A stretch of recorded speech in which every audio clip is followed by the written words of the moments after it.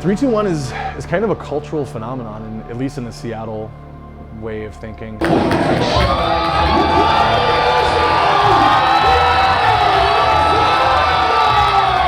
3-2-1, it's like, you gotta put in the time.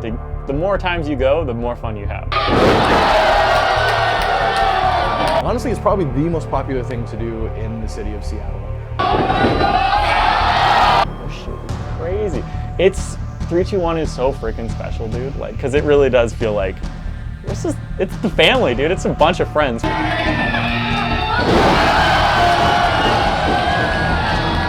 vibe is what I like. It's very DIY, it's very punk rock. Start learning the storylines, and once you get boys, you're like, that's my boy. I hope my boy fights your boy.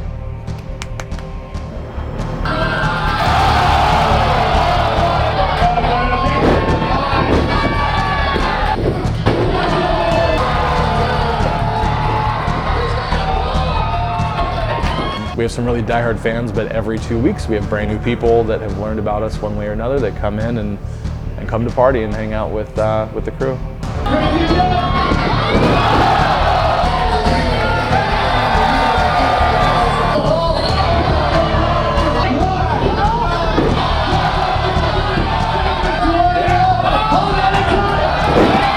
Anytime a wrestler, ring announcer, or any member of the battalion that yells out the term solid steel, the crowd in unison will follow with a solid steel of their own. Solid steel! Number one thing, if a combatant looks like that they are going to run, jump, or fly in your general direction, get the fuck out of the way.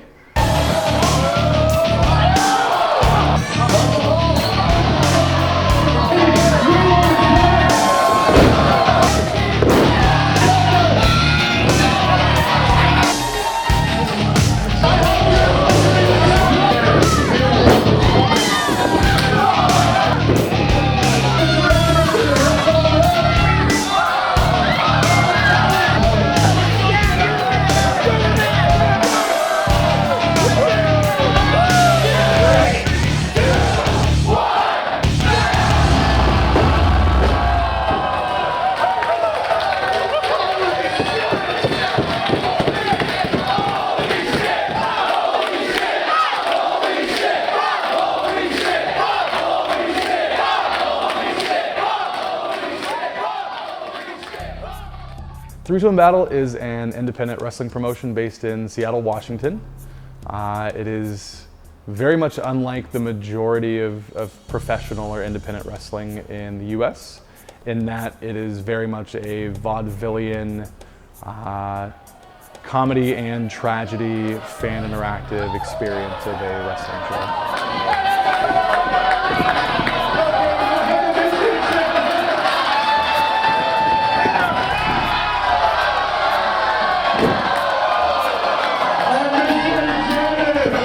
My name is Steve West. I'm a wrestler and head booker for 3-2-1 Battle. Simply the Best Steve West is the ring moniker. Taking pictures. I was taking pictures my first time. It's like, fuck it, I'm taking pictures here. I'm here, I'm in it. So the first time you went, you brought your camera? Always, yeah. And like, no one really like stopped me from being ringside. I mean, this was a while ago. It's a little more packed and hectic now. But no one was like, whoa, whoa, whoa, don't go over here. Like, no one stopped me. So I was like ringside taking pictures. And then, you know, you just kind of learn to stay out of the way of the wrestlers and the action. And I just kept going and I kept being ringside. And it was cool because it's not a lot, you can't always shoot ringside. You can't go to a concert and just like shoot right there. So it was like, it was a cool thing to be like in my portfolio and able to send to people like, look, I shoot this all the time, up close and personal. So I think that's why I did it initially. And then like literally like a month ago, they're like, hey man, we have a check for you. Come on, come on by. I was like, oh shit. So now I kind of like work there, which is crazy. I get paid to go do what I was doing for free. That's the dream, man. There was a group that started it that was initially part of a group called Seattle Semi-Pro, SSP for short. They were featured in a documentary called Body Slam: Revenge of the Banana. I mean, dude, it's like, it's not like shooting like models and stuff where I'm like, hey, can you stand here and put your chin out, look that way. It's just like, I'm just gonna show up and dope stuff is gonna happen like literally all around me. The crowd's gonna be awesome to shoot. the people, the wrestling's gonna be awesome to shoot. It's not like I'm gonna go there and be like, wow, nothing cool happened. I didn't get any awesome photos. I didn't even see a sweet suplex. No, there's always insane wrestling, dude. There's been a few different incarnations of 3-2-1 Battle. The initial started as a stage performance at a bar with no ring, and that was, I'd say probably about 3 or 4 years ago, and it evolved into what it is now, which is full-scale shows in a ring with a wrestling school and all the bells and whistles that come with that. The moment that really, really got me into it, Daniel Makabe was a tag team with Herman Nerdstrom, and they were like the jock and the nerd. Like, that was like their thing. And they had a heel turn, and Makabe jumped out of the ring, just fucking sucker punching Nerdstrom. I was like, oh, this is awesome! And pinned him in like 30 seconds. He's like, and next time I'm coming for the belt. I was like, yes! That's the kind of shit I'm all about, dude. There's been some terminology in the past that 3-2-1 Battle is kind of the redheaded stepchild of the region. There's been terms like backyarders that are thrown out in terms of the level of talent that we have. I think the characters of 3-2-1 are just like freaking top notch, dude. Like,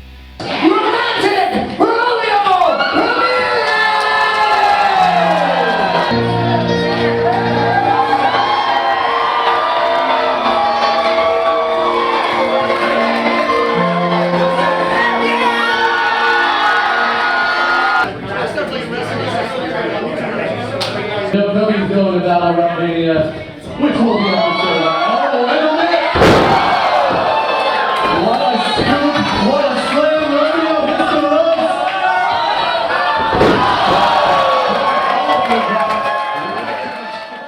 all the wrestlers are amazing. The match is like, it's not bad wrestling too. It's amazing wrestling, amazing characters.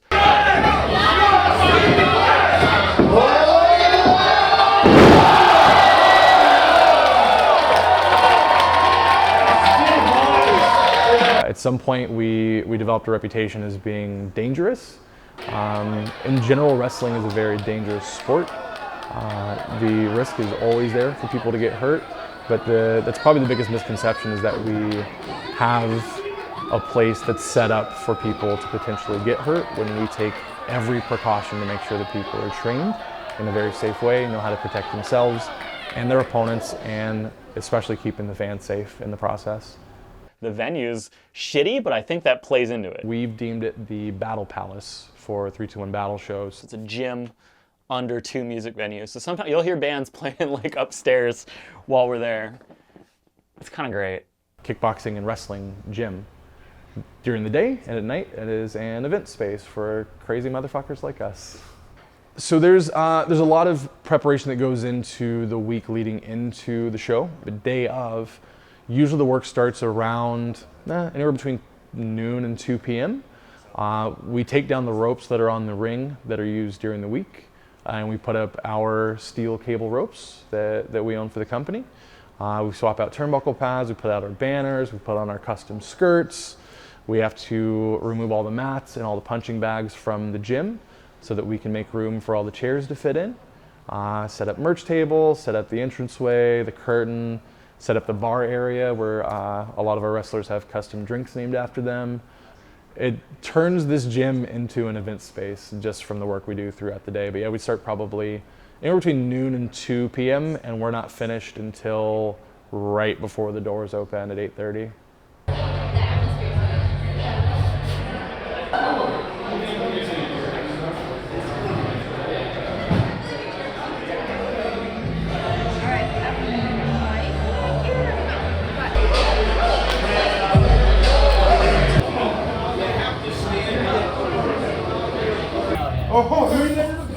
Oh, it's fucked up.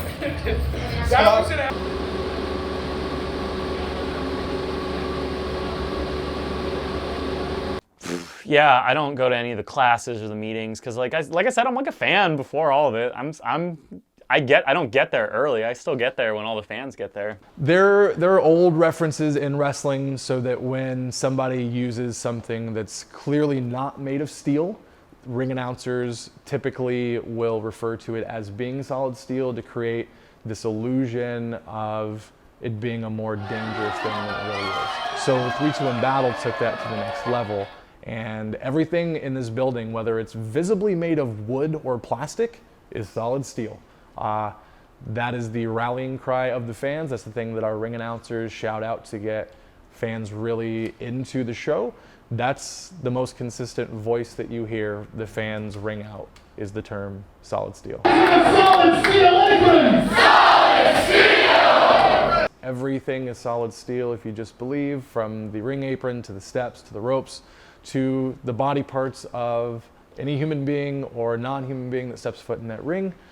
Solid steel is kind of our calling card and the thing that makes us, outside of being weird wrestling, a very unique place. It is made with solid steel sex appeal! Solid steel! The crowd, like, everyone just yelling shit is great, and there's so many great characters in the crowd itself. Just the energy, man.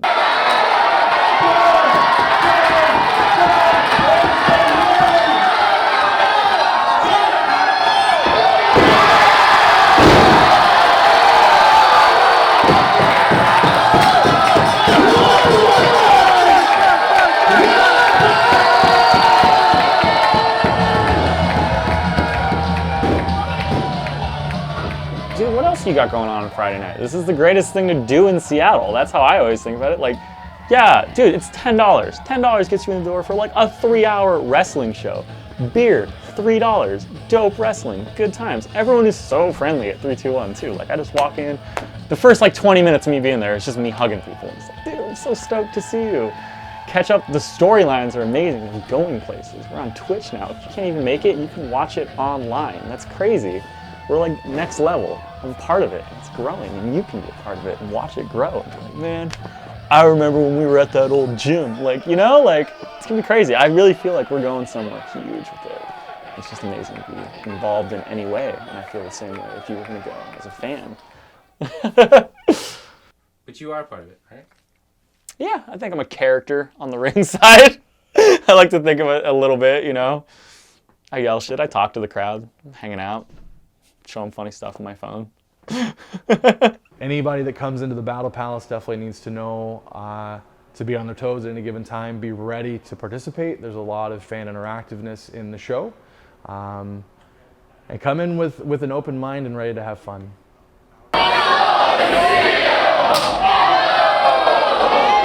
Any person with the black sheep that they really want